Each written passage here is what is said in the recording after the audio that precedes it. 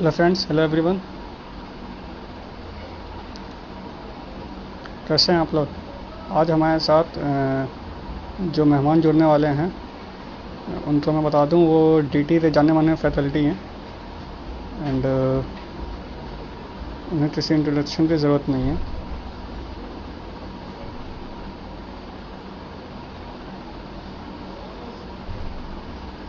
जी जी, बस वो जुड़ने वाले हैं, जुड़ चुके हैं। मैं उनको लेता हूं लाइव एंड बातें करते हैं उनसे। Wait wait wait wait.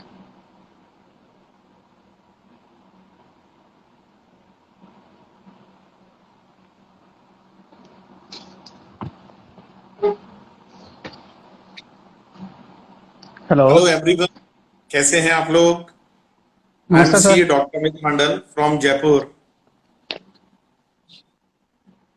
Hello sir, आवाज़ आ रही है?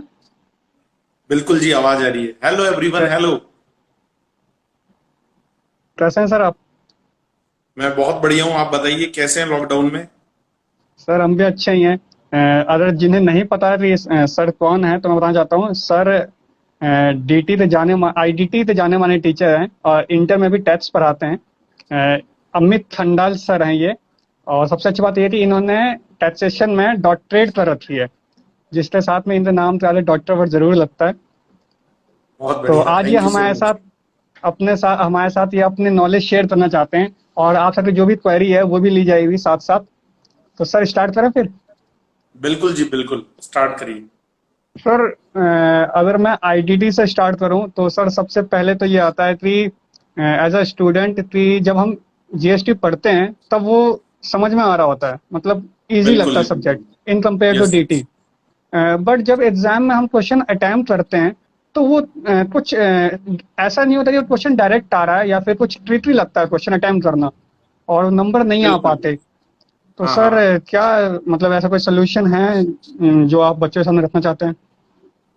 देखिए, प्रॉब्लम क्या है एक्चुअली, स्टूडेंट्स जीएसटी को पढ़ते जरूर हैं, और एक होता है कि उसको नॉर्मली रीड आउट करना और उसको बस पढ़ लेना, ठीक है, कॉन्सेप्ट को नहीं समझना। तो मेरा ये सोचना है कि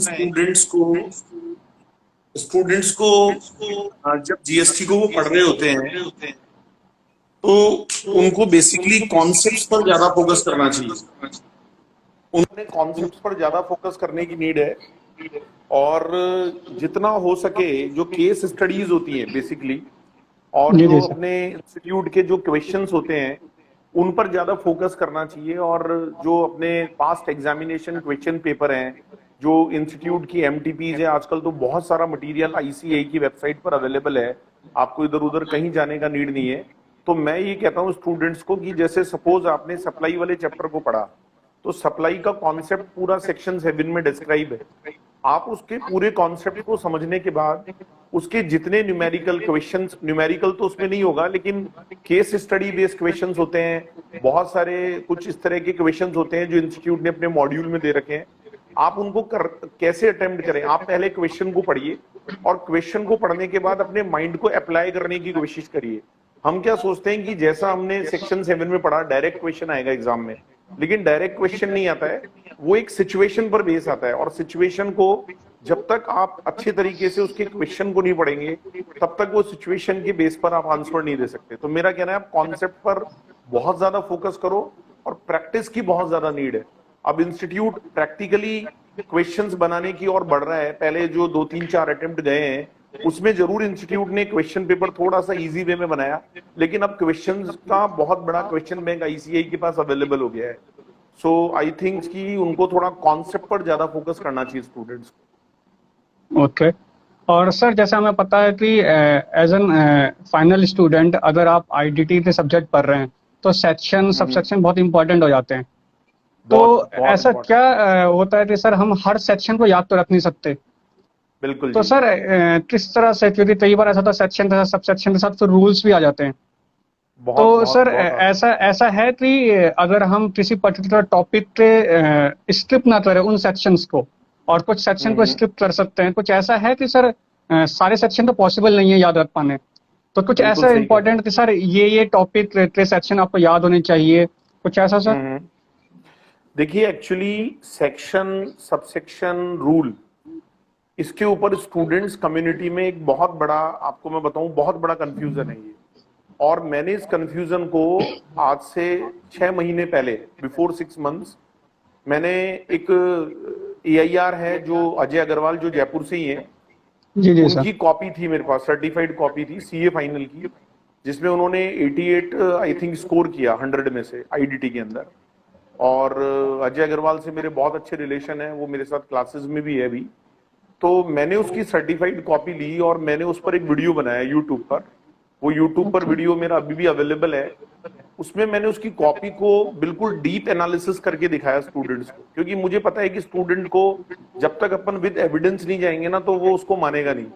तो मैंने जब अजय अग्रवाल की कॉपी दिखाई, तो मैं ये मानता हूं कि सेक्शन लिखने से इंप्रेशन बहुत अच्छा पड़ता है एग्जामिनर पर, क्योंकि मैं 5 साल तक एग्जामिनर भी रहा हूं ICAI के साथ एग्जामिनेशन पैनल में। लेकिन मैंने ये देखा है कि कहीं भी जब कॉपी चेक होती है, तो जो आंसर की एग्जामिनर को दी जाती है, उसमें ये कहीं भी मेंशन नहीं होता है कि स्टूडेंट को सेक्शन नंबर लिखने पर इतने नंबर दिए जाएं। पहले मैं जब CA कर रहा था तो मैं भी यही सोचता था कि मुझे हर आंसर के अंदर सेक्शन नंबर लिखना जरूरी है। लेकिन जब मैं एज एग्जामिनर में आंसर की को देखता हूं, तो उसमें ये कहीं भी नहीं मेंशन होता है।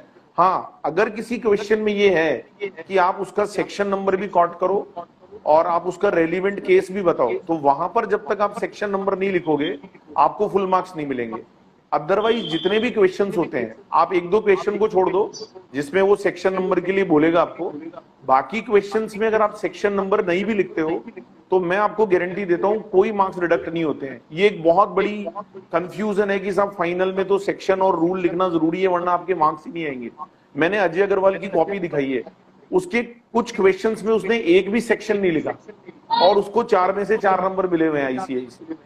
और कुछ जगह उसने सेक्शन लिखे भी हैं, तो उसकी अलग से कोई मार्किंग नहीं है। मैंने उसकी पूरी कॉपी का डीप एनालिसिस दिखाया बच्चों को। तो आप लोग बिल्कुल टेंशन नहीं लें। अगर आपको कोई सेक्शन रूल याद है, एग्जाम में आपको क्वेश्चन को देखते ही अगर याद आ जाता है, तो लिखना जरूर चाहिए, मना नहीं है, इंप्रेशन पड़ता है एग्जामिनर पर, लेकिन उसके मार्क्स अलॉटेड नहीं होते। तो आप इस चीज को लेकर तो बिल्कुल टेंशन नहीं ले कि मुझे सेक्शन नंबर याद नहीं है। तो मेरा बस यही स्टूडेंट कम्युनिटी को कहना है कि बिल्कुल टेंशन नहीं लेना है आप लोगों को। आप सेक्शन को रटने में अपना टाइम वेस्ट नहीं करें। और सर एक क्वेश्चन अभी आया हमारे बीच में स्टूडेंट से कि इस लॉकडाउन में सबकी पढ़ाई बहुत इम्पैक्ट हो रही है, जो ट्रैक पे थे वो ट्रैक से भटक भी रहे। तो सर कुछ ऐसा आपकी तरफ से सजेशन जिससे थोड़ा सा ट्रैक पे फिर वापस आ सकते हैं, क्योंकि अभी भी 2 महीने का टाइम है बिल्कुल जी स्टडी के लिए। देखिए, हमारे साथ सबसे बड़ी प्रॉब्लम क्या है कि हमारे पास जब बहुत कम टाइम होता है तब भी हम बहुत परेशान होते हैं, और जब हमारे पास टाइम बहुत ज्यादा होता है तो भी हम बहुत परेशान होते हैं। तब भी परेशान होते हैं। अब जब हमारा मई एग्जाम था, तो स्टूडेंट्स में टेंशन थी कि यार अप्रैल आ गया और बिल्कुल प्रिपरेशन नहीं की, यार क्या होगा, टाइम थोड़ा एक्स्ट्रा मिल जाए, और अगर टाइम एग्जाम अगर एक्सटेंड हो जाए तो यार मजा आ जाए। मतलब फिर वो जब इंस्टीट्यूट ने उसको एक्सटेंड किया, तो बहुत सारे बच्चे रिलीफ में आ गए कि यार अब तो तैयारी बढ़िया से हो जाएगी। तो फिर वो 2-4-5 दिन इधर उधर उन्होंने अपना वापस से मोबाइल फोन चालू कर लिए और सोशल नेटवर्किंग पर आ गए और हलो शलो शुरू हो गया उनका। तो मेरा स्टूडेंट्स को ये कहना है कि ये जो लॉकडाउन का जो आपको गोल्डन अपॉर्चुनिटी मिला है, ये आप ये मानकर चलिए कि ये जो 2 महीना है, 1.5 महीना है, अब इसमें डिस्ट्रक्ट बिल्कुल ना हो। आप ये जो कोरोना की न्यूज को देखते हो और वो कोई फैकल्टी लाइव आकर कह रही है कि साहब अब ऐसे हो जाएगा, अब वैसे हो जाएगा, आप बिल्कुल इन चीजों से दूर रहें और बिल्कुल फोकस करें अपनी स्टडी पर। और मैं ये कहता हूं स्टूडेंट्स को कि आप डिस्ट्रैक्ट इसलिए होते हो क्योंकि आपका जो टाइम मैनेजमेंट है पढ़ने को लेकर, आप कौन से टाइम पर पढ़ते हो, that is very very important. आप जब उस समय पढ़ने बैठते हो जब डिस्ट्रक्शन ज्यादा होते हैं, तो इससे आपका टाइम वेस्ट होता है। आप अपना स्टडी प्लान ऐसा बनाइए कि जहां पर डिस्ट्रक्शन बहुत कम हो। और मैं मानता हूं कि सुबह अगर आप 3-4 बजे उठ जाएं और सुबह 9-10 बजे तक, क्योंकि 9-10 बजे बाद ही ज्यादा हलचल शुरू होती है फैमिलीज में, तो वो जो 6 घंटे का सुबह का टाइम है ना, वो 6 घंटे का जो स्लॉट है, वो आपके लिए समझ लीजिए आप 50% पढ़ेंगे ना तो आपको 100% याद होगा। ये 6 घंटा जो शुरू का मॉर्निंग वाला है ना, इसमें डिस्ट्रक्शन सबसे ज्यादा कम होते हैं। और फिर वो जो शाम वाला टाइम होता है, शाम वाले टाइम के अंदर आप थोड़ा सा गपशप भी करो लेकिन ये जो पूरा दिन लेकर बैठने वाली चीजें हैं और कोरोना न्यूज को देख रहे हैं और उसका वीडियो देख रहे हैं कि यार एग्जाम और एक्सटेंड हो जाएगा। अभी स्टूडेंट कम्युनिटी में एक चीज और आ रही है कि साहब हो सकता है नवंबर के साथ ही करा दे इंस्टीट्यूट, लेकिन मैं आपको यस सर, सच मेरे पास बताऊं भी अभी मैसेज आ ऐसा रहा है। कुछ भी नहीं है, बिल्कुल मेरे ऐसा पास भी नहीं है। बहुत मैंने मैसेज आ रहे हैं काउंसिल सर बार मेंबर, बार। हाँ मैंने काउंसिल मेंबर से भी बात किया, उन्होंने बोला अमित जी इससे सिस्टम बिल्कुल गड़बड़ हो जाएगा। तो हम जहां तक कोशिश है, देखो अगर सिचुएशन ही कंट्री में ऐसी हो गई तो हम जरूर नवंबर पर जाएंगे, लेकिन आप ये मान लो 99% चांस है कि पहले ही होगा एग्जाम। हम कैसे भी कराएंगे उसको, सोशल जो अपना जो गैप है उसको रख के कराएंगे, लेकिन अभी कराएंगे, ऐसा नहीं है। तो हाँ स्टूडेंट्स सर, बिल्कुल डिस्ट्रक्ट ना हो। आईसीआई ने बोला भी थी वो 50% ऑक्यूपेंसी पे करवाई थी एग्जाम, और हर चीज का बिल्कुल उन्होंने जी, क्लैरिफाई किया। अब उसके बाद भी डाउट आ रहे हैं स्टूडेंट पे, क्या कैंसिल हो रहा है नहीं हो रहा। तो मेरे ख्याल से आईसीआई टेक केयर कर रहा है उस चीज को। हमारी टाइम तो प्रिपरेशन में होनी चाहिए, ज्यादा अच्छी बात है। भाई मैं और ये नहीं समझ पा रहा हूँ स्टूडेंट्स इस बात को लेकर क्यों परेशान हो रहे हैं कि भाई वो होगा नहीं होगा। जब मैं एग्जाम था तो वो इस बात को टेंशन में थे कि भाई जून में हो जाएगा, फिर जून में भी वो टाइम कम पड़ने लगा, बोले यार अब जुलाई हो जाएगा। तो आप इन चीजों में दिमाग मत लगाओ यार, आप पढ़ाई पर ध्यान दो। आप तो ये मानो कि जो टाइम अभी इंस्टीट्यूट ने दे दिया ना, तो वो एक्स्ट्रा टाइम हो गया आपका, आप उसको और रिवाइज करो और अपने मॉक टेस्ट निकालो। अब तो इंस्टीट्यूट ने मॉक टेस्ट भी लॉन्च कर दिए हैं, अभी यस वेबसाइट सर, के ऊपर मॉक टेस्ट लॉन्च कर दिया। यस तो सर, आप आईसीआई प्रैक्टिस करो फर्स्ट, यार। जी फर्स्ट ग्रुप का तो इंटर का आ चुका है, ऑलमोस्ट सारे पेपर का, एंड फाइनल का भी आ चुका है फर्स्ट ग्रुप का। एंड तो आप उसका बेनिफिट उठाओ, मतलब ये सब चीजें डिस्ट्रक्ट होने की नीड नहीं है यार, बिल्कुल डिस्ट्रक्ट नहीं होना है। अच्छा सर, एक क्वेश्चन आ रहा था मेरे पास कि एमसीक्यू क्वेश्चन को कैसे टैकल करें, क्योंकि उन्हें ऐसा लगता है कि एमसीक्यू क्वेश्चन आईसीए ने जो निकाला है वो सैंपल बेस्ड निकाला है, पर वो ऐसा लगता नहीं कि सफिशिएंट है। और क्या वो करना सफिशिएंट है, या फिर किस तरह से वो प्रिपेयर करें एमसीक्यू क्वेश्चन को? देखिए मैं आपको ये बताऊं, एमसीक्यू को लेकर स्टूडेंट्स बड़े परेशान हैं। सबसे पहली बात, एक तो उनके माइंड में ये रहता है कि यार एमसीक्यू का प्रैक्टिस बहुत कम है। तो मैं आपको ये बता दूं, आप एमसीक्यू का कितना भी प्रैक्टिस कर लो वो आपको कम ही लगेगा। सबसे जो बेस्ट तरीका मुझे लगता है एमसीक्यू को अटेम्प्ट करने का, उसमें आपको पहली बात तो स्टूडेंट के मन में ये कंफ्यूजन है कि मैं एमसीक्यू को पहले अटेम्प्ट करूं या जो डेस्क्रिप्टिव क्वेश्चन की जो कॉपी मिलेगी उसके बाद मैं अटेम्प्ट करूं। तो मैं स्टूडेंट से ये कहूंगा कि इन माय ओपिनियन आपको एमसीक्यू क्वेश्चन पहले अटेम्प्ट कर लेने चाहिए। उसका रीजन मैं आपको बता दूं कि जो डेस्क्रिप्टिव क्वेश्चन होता है उसको आप कितना भी अच्छा लिख लो, वहां आपके मार्क्स डिडक्ट होने के चांसेस होते ही होते हैं। एमसीक्यू में चांसेस बहुत कम है मार्क्स डिडक्ट होने के। और बहुत सारे एमसीक्यू तो ऐसे भी मिलेंगे आपको एग्जाम में, जैसे एक एक नंबर वाले जो एमसीक्यू होते हैं ना, जिसका 1 मार्क्स है, वो बहुत ही क्वाइट इजी होते हैं। मतलब आपको देखते ही लग जाएगा कि यार 4 में से कौन सा वाला सही है। लेकिन जो 2 नंबर वाला एमसीक्यू है वो बड़ा ट्रिकी होता है। अच्छा, उसमें इंस्टीट्यूट के मैंने जो सैंपल पेपर देखे, मैंने कुछ प्रैक्टिस भी करवाई स्टूडेंट्स को। कई क्वेश्चन जो 2 नंबर का है वो आपको देखने में बड़ा इजी लगेगा, लेकिन आपको वहां बहुत सावधान होने की जरूरत है, क्योंकि जो देखने में इजी लग रहा है उसमें कुछ ना कुछ प्रॉब्लम या कुछ ना कुछ ट्रिक जरूर है।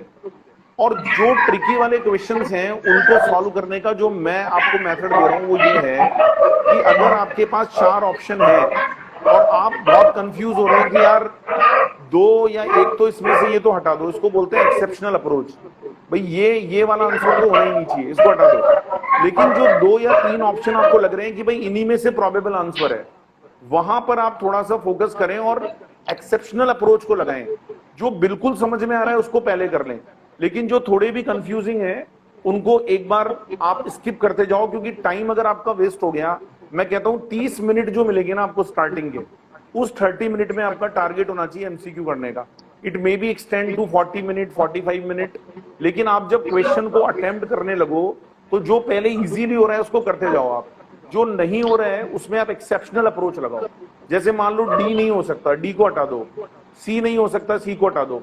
अब यार ए और बी में से कोई होगा, जैसे कौन बनेगा करोड़पति में खेलते हैं ना, वो वाली यस सर। अप्रोच आप यहां पर लगा सकते हो।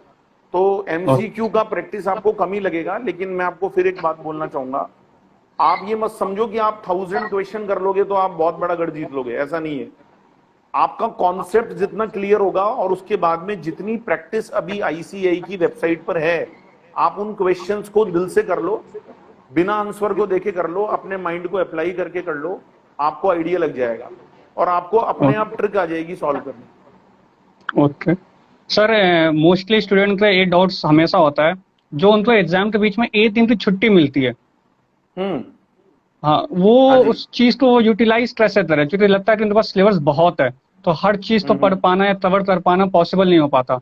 बिल्कुल सही और इस बात है, क्षेत्र, बिल्कुल सही तो बात है। सर उस एक दिन को कैसे यूटिलाइज करें कि ऐसा लगता है कि सबको मतलब हो रहा है, हर चीज मतलब मिक्स हो रही है हर चीज। तो देखिए, सर कुछ ये प्रॉब्लम हम्म, बिल्कुल सही कह रहे हैं आप, बिल्कुल मगअप होने की प्रॉब्लम लगती है तो सर क्या एक्चुअली। सजेशन, मतलब आप अगर आईडीटी और इंटर द टेक्स्ट के बारे में बोलना चाहें, एक दिन को यूटिलाइज करने को लेकर, तो हम देखिए, कैसे अगर करेंगे? यहाँ यहाँ मैं अपना एक्सपीरियंस शेयर करूं, जब मैं आई वॉज अ स्टूडेंट, तो मेरे साथ भी ये होता था कि भाई उस समय तो खैर एक दिन का छुट्टी भी नहीं मिलता था। मतलब जैसे मेरा आज एग्जाम है तो नेक्स्ट डे एग्जाम होता था, मतलब बीच जी में जी गैप नहीं होता था हम लोगों के। तो उसमें एक प्रॉब्लम होती थी कि यार इतना बड़ा सब्जेक्ट है और फाइनल लेवल पर तो मतलब इतना बड़ा वॉस्ट सिलेबस है, उसको कैसे कवर करें। अब तो चलो स्टूडेंट को एक दिन का गैप भी मिलता है, फिर वो 15 मिनट का रिव्यू भी मिलता है एग्जाम में। तो मैं जहां तक समझता हूं, मैं क्या किया करता था कि जब मैं अपनी स्टडीज को करता था, तो मैं एक बार पूरी स्टडीज को मैंने कर ली, तो मैं आज से जब एग्जाम के 10 दिन पहले ही मैं एक प्लानिंग बनाता था। मेरा एक पास एक पेपर होता था, उस पेपर के अंदर मेरी ये प्लानिंग होती थी कि अगर कल एग्जाम है तो आज के दिन मेरे को क्या करना है। अगर मेरे पास 24 घंटे हैं तो इस 24 घंटे को मुझे कैसे यूटिलाइज करना है। भाई आप जब एग्जाम देकर आते हो, तो देखिए उस दिन तो हमारा टायर्डनेस बहुत ज्यादा होता है। आप उस दिन कुछ हल्के फुल्के टॉपिक ले लो। जैसे सपोज करो मैं आपको इनकम टैक्स की स्ट्रैटेजी बताऊं, अगर मान लीजिए हमारा टैक्सेशन का पेपर है, सीए इंटरमीडिएट का, और आप आज एग्जाम देकर आए हो, और आज आपको 4-5 घंटे आप निकाल सकते हो, तो उसके अंदर आप पहले छोटे जो चैप्टर्स हैं, आप सीधा बिजनेस प्रोफेशन या कैपिटल गेन को मत लो। आप उसमें अदर सोर्स वाला है, क्लबिंग है, सेट ऑफ है, ये ऐसे चैप्टर हैं कि ये 2 घंटे में 3 चैप्टर रिवाइज हो जाते हैं आपके। जैसे आपका रेजिडेंशियल स्टेटस है, ये जो 4-5 चैप्टर है इनको आप पहले कर लो, और इनमें से 15 से 20 नंबर का एग्जाम में पेपर कवर हो जाता है आपका। अब आप जब रात को सो लेते हैं, 6 घंटे की नींद आपको बहुत जरूरी है लेना। जब आप सुबह उठते हैं तो आपके पास अच्छे खासे 18 से 20 घंटे का एक टाइम फ्रेम होता है। उसमें आप फिर थोड़े से जो जिसे कहते हैं, जैसे पीजीबीपी का टॉपिक है, वो बड़ा परेशान करता है, उसमें बहुत सारे सेक्शन होते हैं, कैपिटल गेन है, डिडक्शंस हैं, ये 3 चैप्टर बहुत इंपॉर्टेंट है। 20 से 25 नंबर का वेटेज अकेले ये 3 चैप्टर कवर कर लेते हैं। तो आप अगले दिन इन 3 चैप्टर्स को उठाओ। अच्छा, आपको बीच बीच में ऐसा जरूर लगेगा दोस्तों कि सब कुछ मिक्स हो गया, मतलब आपके दिमाग में ऐसा लगेगा यार मुझे कुछ भी याद नहीं है, मतलब सारे सेक्शन मेरे मिक्स हो गए। लेकिन बिलीव बिलीव मी, ऐसा हर स्टूडेंट को लगता है, जिसकी मेरिट आने वाली है ना ऑल इंडिया, उसको भी लगता है। आपको बस अपनी प्रिपरेशन करते जाना है। और एक बात मैं आपको बता दूं, जब आप एक दिन पहले रिवीजन करने बैठते हो, तो आपको कभी भी उसको एक बार याद करने के बाद अपने आप से बार बार पूछना नहीं है। क्योंकि उससे क्या होगा कि आप जैसे कोई चीज याद नहीं आएगी, आपके मन में नेगेटिव फीलिंग आएगी। आपको बस उसको फटाफट फटाफट करते जाना है। अगर आपका पहले किया हुआ है, मैं आपको गारंटी देता हूं, जब एग्जाम के अंदर क्वेश्चन पेपर सामने होगा, आपको एकदम से सब कुछ क्लिक करने वाला है। Believe me my dear friends, believe me, ऐसा हर स्टूडेंट को लगता है, मुझे भी लगता था।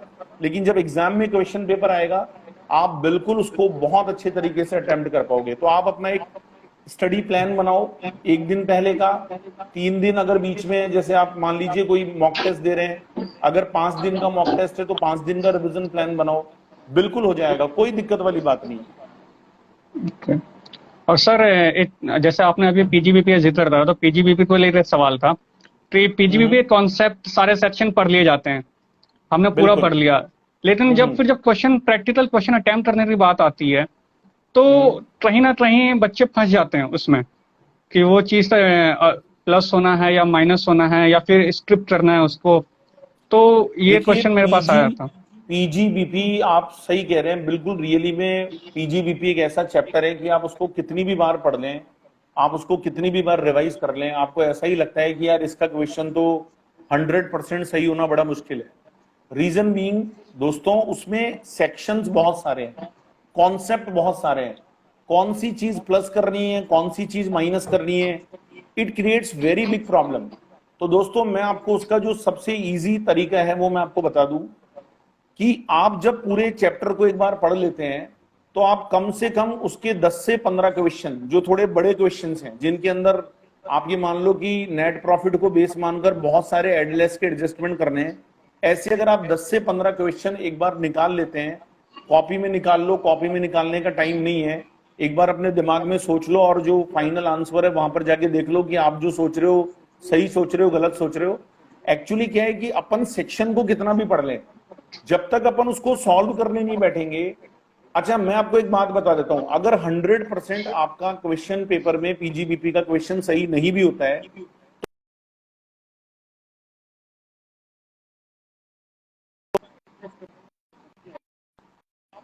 तो हो सकता है फाइनल आंसर आपका मैच नहीं करेगा।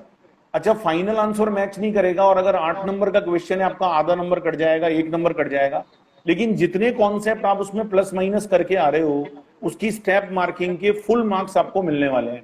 इंस्टीट्यूट के मॉड्यूल और सजेस्टेड पेपर को जरूर देखकर जाएं।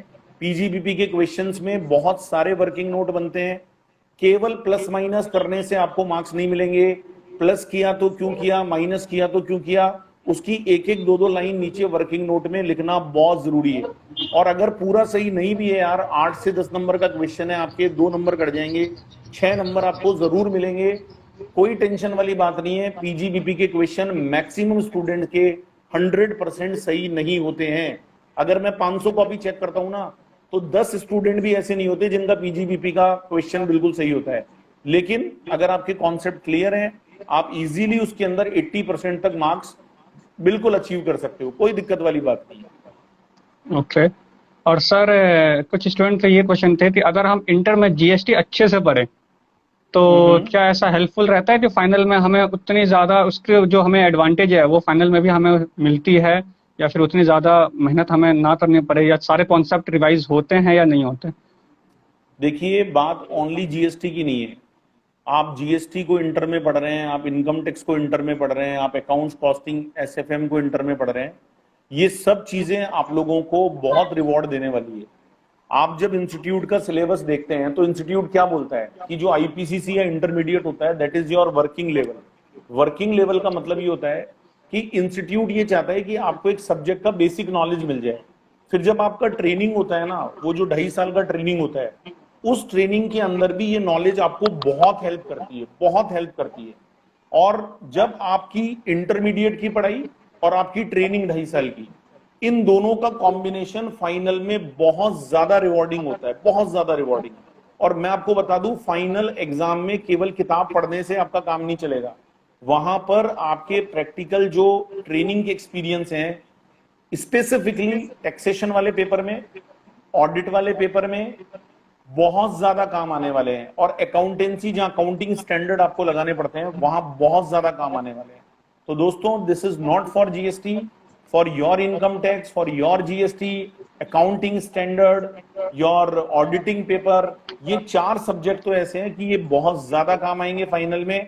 अगर आप इंटरमीडिएट लेवल पर इनको बहुत अच्छा पढ़ते हैं, आपकी ट्रेनिंग में आपको बहुत मदद करेंगे। ओके। और सर जब भी हम सीए फाइनल आईडीटी की बात करते हैं तो हम एक सब्जेक्ट भूल ही जाते हैं। हम जीएसटी के बारे में तो याद रखते हैं पर कस्टम भूल जाते हैं, और कस्टम पे ध्यान नहीं जा पाता उतना, बल्कि जहां तक लगता है कि शायद कस्टम उतना डिफिकल्ट नहीं है। मतलब स्कोरिंग सब्जेक्ट है कस्टम भी, 20 मार्क्स या 25 मार्क्स जो भी है। तो यस, सर यस। कई बार स्टूडेंट क्या करते हैं कि वो पोर्शन छोड़ देते हैं या स्किप कर देते हैं, कहते हैं हमने जीएसटी अच्छे से कर लिया, दैट वाज सफिशिएंट। तो इज दैट राइट स्ट्रेटेजी कि हम कस्टम पे उतना ध्यान ना दें? देखिए, ये स्टूडेंट्स की बहुत बड़ी गलती है, for CA final students. CA final student को क्या लगता है कि यार जीएसटी को अच्छे से कर जाओ, जीएसटी को अच्छे से कर जाओ। ऐसे इंटरमीडिएट में, इनकम टैक्स में बच्चों को क्या लगता है, पीजीबीपी कैपिटल गेन को जबरदस्त तरीके से कर जाओ। जबकि मैं आपको सही बता रहा हूं कि जो पीजीबीपी कैपिटल गेन है, या इधर आप जीएसटी को फोकस कर रहे हो, उससे ज्यादा स्कोरिंग, माना उसका वेटेज कम है, कस्टम का वेटेज कम है, लेकिन मैं कहता हूं कम मेहनत में ज्यादा अचीव करने वाली चीज है वो। आज आप इनकम टैक्स में अदर सोर्स वाला चैप्टर है, क्लबिंग है, सेट ऑफ है, हाउस प्रॉपर्टी है, रेजिडेंशियल स्टेटस है, इतने छोटे छोटे चैप्टर हैं, मुश्किल से 3 घंटे में ये सारे चैप्टर रिवाइज हो जाते हैं। लेकिन बच्चा फोकस क्या करता है, मैं पीजीबीपी कैपिटल गेन को अच्छे से करके जाऊंगा साहब, 20 नंबर तो मेरे वहां से आ जाएंगे। अरे भाई, नहीं आएंगे 20 नंबर, वहां से तेरे को उम्मीद लग रही है 20 की, नहीं आएंगे। ऐसा ही दोस्तों, जब आप सीए फाइनल में जीएसटी पर ज्यादा फोकस करते हो, और कस्टम को साइड में रख के जाते हो। हाँ, कस्टम में एक चीज मैं आपको बता दूं, जो फॉरेन ट्रेड पॉलिसी वाला पार्ट है वहां जरूर आप ये कर सकते हो कि भाई कस्टम को प्रेफरेंस ज्यादा देकर फॉरेन ट्रेड पॉलिसी में एक 4 नंबर का क्वेश्चन आएगा, लेकिन वो 4 नंबर भी दोस्तों कम नहीं होते हैं। उसमें भी मुझे पता है वो क्वेश्चन कहां से आएगा, या तो वो जो रिवॉर्ड स्कीम है वहां से क्वेश्चन बनाएगा एग्जामिनर, या वो फॉरेन ट्रेड पॉलिसी में कोई ऑब्जेक्टिव क्वेश्चन बना सकता है। लेकिन कस्टम पर आप ज्यादा फोकस करो, और कस्टम तो वैसे भी बहुत इजी कर दिया इंस्टीट्यूट ने। आप देखो वेयर हाउसिंग वाला चैप्टर हटा दिया, वेयर हाउसिंग का जो चैप्टर था उसमें बहुत सारे सेक्शन थे, वो सब हटा दिए इंस्टीट्यूट ने। तो मैं आपको ये कह रहा हूं कस्टम पर आप पहले फोकस करो, कस्टम को पढ़ के जाओ। और मैं तो कहता हूं कि जिस दिन आपका पेपर होगा ना सीए फाइनल में, लास्ट पेपर होता है इनडायरेक्ट टैक्स का, स्टूडेंट पहले से बहुत ज्यादा बर्डनफुल होता है। तो मैं ये कह रहा हूं आपको, आप जिस दिन एग्जाम देके आते हो डीटी वाला, डायरेक्ट टैक्स वाला, उस दिन का जो शाम वाला टाइम है ना वो आप कस्टम पे लगा दो। कस्टम आपको जल्दी से समझ में भी आ जाएगी, और उस दिन क्या है, बच्चों का जो थकान होता है ना वो बहुत ज्यादा होता है। उस दिन वो जीएसटी जैसी कॉम्प्लिकेटेड चीजों को पढ़ेंगे ना, मजा नहीं आएगा। उस दिन आपका टारगेट होना चाहिए, यार आज कस्टम को निपटा के सोना है मेरे को। अगला पूरा एक दिन जो मिलेगा ना उसमें आप जीएसटी में अपनी ताकत लगाओ, उसमें आप आईटीसी चैप्टर पर फोकस करो, सप्लाई वाले कॉन्सेप्ट को अच्छे से पढ़ो, टाइम वैल्यू है ना, प्लेस ऑफ सप्लाई, इन पर आप फोकस करो। लेकिन उस दिन वाले टाइम को, जो डीटी वाला पेपर का टाइम है, उसको आप पहले कस्टम में यूटिलाइज कर लो, क्योंकि कस्टम आपके नंबर बिल्कुल पक्के कर देगा। और मैं सच बता रहा हूं यार, बहुत क्वाइट इजी है कस्टम, बहुत इजी है। Okay sir, at the end last question कि क्या सजेशन देना चाहते हैं आप स्टूडेंट को इस वक्त? स्टूडेंट्स को लास्ट में एक ही मैसेज देना चाहूंगा, दोस्तों जो भी प्रॉब्लम अभी बाहर चल रही है वो पूरे वर्ल्ड में चल रही है, सबके साथ है वो प्रॉब्लम। आप फैमिली के साथ हैं, परिवार के साथ हैं। और मैं जहां तक समझता हूँ बहुत सारे स्टूडेंट जो पीजी में रहते थे, क्योंकि मेरा भी जहाँ ऑफिस है, मेरी क्लासेस है, वहाँ एक पूरा पीजी वाला एरिया है, अभी वो पूरा एरिया खाली हो गया है और सारे स्टूडेंट अपने घर चले गए हैं। तो मैं आप लोगों को ये कहूंगा कि भगवान ने एक बहुत बड़ी अपॉर्चुनिटी आप लोगों को दी है। और एक ऐसा समय जहां पर देखो 24 घंटे यार कोई नहीं पढ़ता, मैं आपको सही बता रहा हूँ। कोई कहता है ना मैं 18 घंटे पढ़ता हूँ, मैं 16 घंटे पढ़ता हूँ, कोई नहीं पढ़ता 18 घंटे 16 घंटे। मैं कहता हूँ यार आप 12 घंटे अच्छे से पढ़ लो दिल से। 6 घंटे सुबह का सेशन ले लो, 3-4 बजे उठ जाओ, 9-10 बजे तक यार खींच दो पढ़ाई को 6 घंटे। और इसके बाद आप यार 1 घंटे, जब आपके घर वाले सारे उठ जाते हैं ना, उस समय आप 1-1.5 घंटे की थोड़ी सी एक नींद ले लो यार, फिर वापस नहा धो के बैठ जाओ। और आपको मैं बता रहा हूं दिन में 3-4 घंटे आपको फिर भी फ्री मिलेंगे, अपने परिवार के साथ बैठो, मजे करो यार, गपशप लड़ाओ।